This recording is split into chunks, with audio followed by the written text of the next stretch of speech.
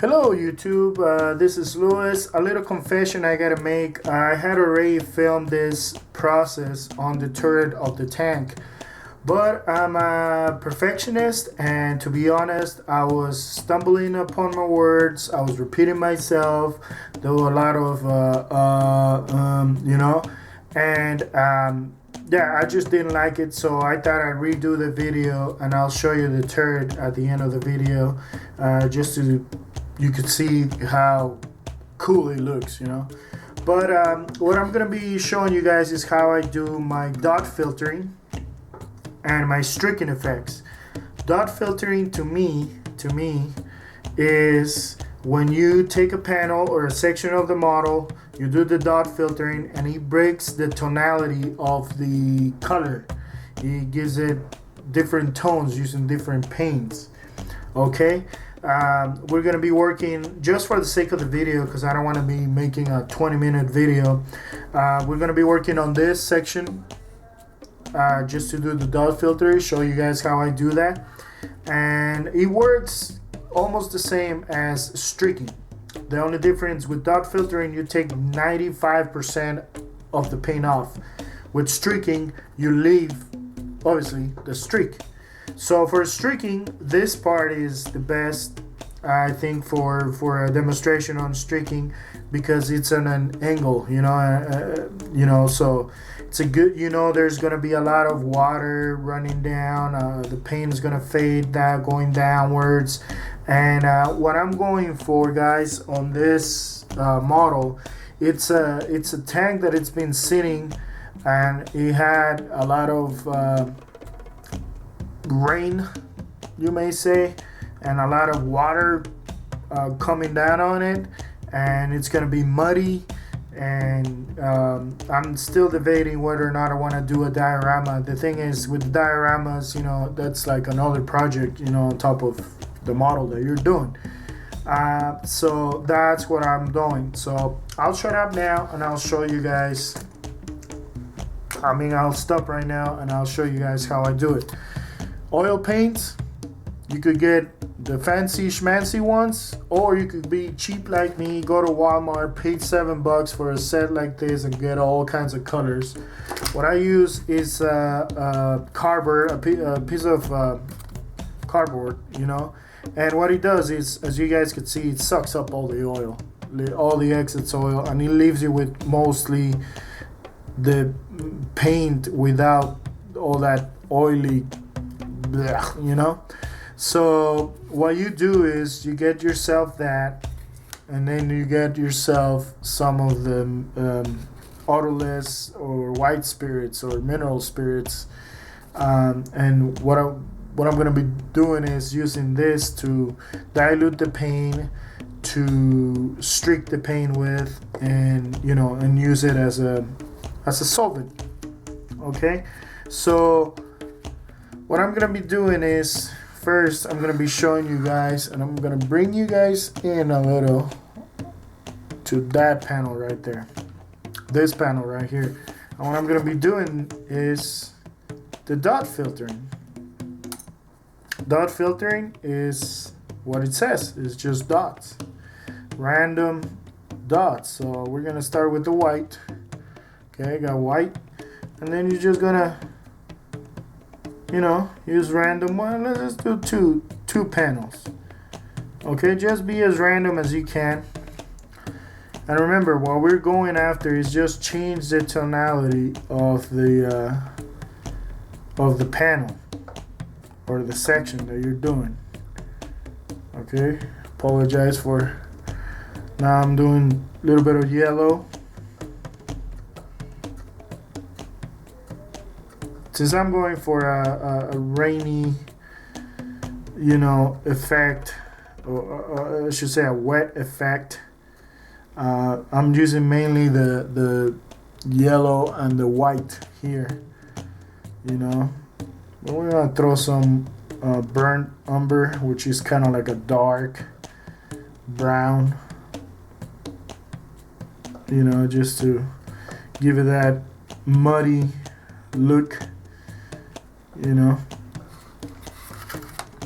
Okay, so You guys could see it's not rocket science. It's just a bunch of dots. I'm sorry, my accent sometimes. I listen to myself on the videos and I go, what the heck were you saying, Louis? But anyway, you dip the brush, the bigger brush, on mineral spirits, and you just streak it down. And you're going for very, very subtle effect, but it's really, really cool. It's one of those effects that you can't see unless you get really close to the model, and it's like, aha, cool. And bada bing, bada boom, you're done. And there you go.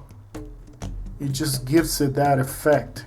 When it dries really flat, and it gives you that different tonality of the panels. All right, moving along. Let's do the streaking, which is one of my favorites. For streaking, and I'm gonna be using burnt umber and red. Okay, because I'm going for that muddy but rusty effect, and what I'm doing is I'm just wetting the paint right now, just so it kind of like brings it back to life. It's been sitting there for a while, but what I'm doing is I'm gonna take, obviously, what there will be in real life more streaking. So for example, the bottom of the gun, you know, and it might look like, what the heck you doing, Louis? Well, you guys gotta trust me on this. It's gonna look really, really cool.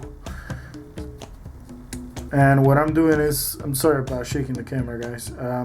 What I'm doing is just using one color right now, which is the burnt umber, which is gonna be my mud and wash. Now I'm switching to the red. Okay, that's gonna be my rust, and the red I'm just gonna do one pass. Okay, and that's it, and there you go. It just disappears almost instantly, and it gives you that streaking effect that you're doing.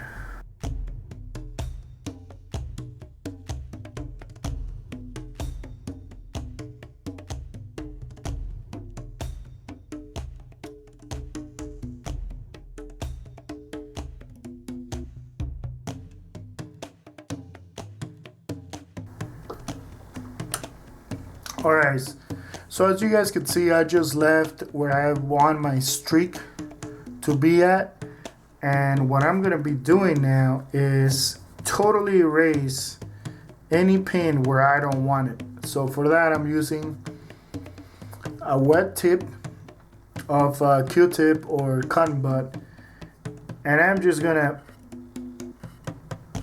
be erasing sections where I don't want it to be. And as you guys can see, it takes that effect right away, the streaking effect. Now, to me, I found that in my case, you know, I mean, everybody has their own techniques, but in my case, what I do is I wait for it to dry a little bit. You know, I mean, you guys could already see the streaking effect that we're going for. But I wait a little bit to dry, and that way the paint starts to grip to the surface, and that way I could have a little more control of where do I want the streaking to go, exactly where I want it to go.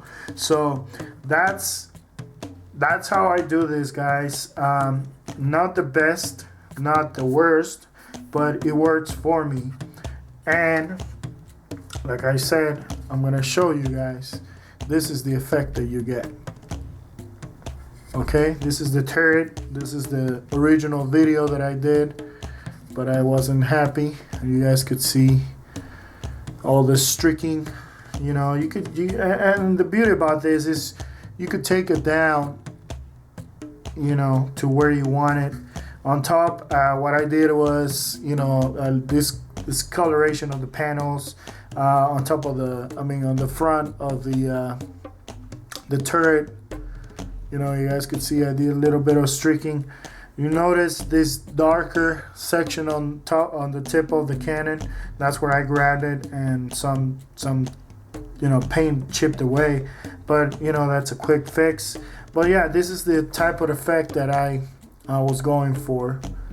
So I wanted to show you guys how I do that, you know. And it's fun. It's fun. And the beauty of this, you could go back, redo it, wipe it all off, and just leave it like that. It depends on you guys. So thank you guys for watching. This is just a really quick update on the weathering. I don't want to show you the whole process because I think it's a lot boring and it makes my videos really long. And it's just easy. It's easy. You know, if I can do it, anybody can. You know, that's my mentality. So hopefully you guys, you know, try it out. Let me know if you've done it in a different way. Tips are always welcome. I'm not the best at this, but I try my best, you know.